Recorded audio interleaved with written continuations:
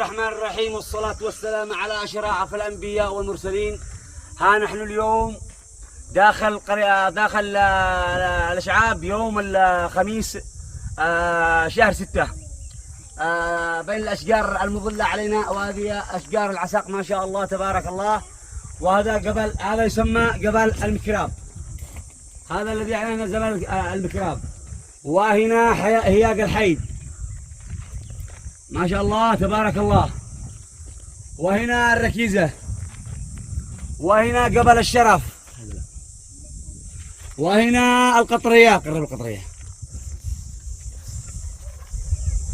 الجبال المكسية بالأشجار العسق وشجر شجر العسق، وشجر هذه شجر العسق، وشجر العلب، وشجر الخدش، وشجر المريمرة، وشجر الخوعة، وشجر الدموع اللي يتعالجوا به. هذه شجرة الدموع، هذه شجرة الدموع الذي يتعالجوا به لجميع الجراح.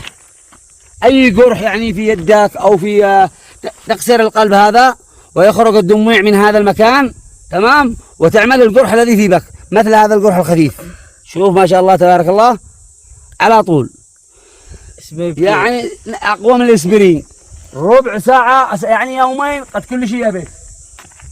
من هنا تنزل جميع الأمطار والسيول من هذه المناطق الرائعة وتودي إلى السيول الكبيرة نحو المجر هذا، إلى الركب والجعارير وأحوال السوق والمقعود والشعبات واللكمة. من هنا تصب السيول إلى أسفل المستويات ما شاء الله. منطقة هذا المكان عندما تدخله تشم الأشجار الحنون والعلب والثمار، يعني تحس نفسك كأنك في مكان روحاني رباني ما شاء الله تبارك الله.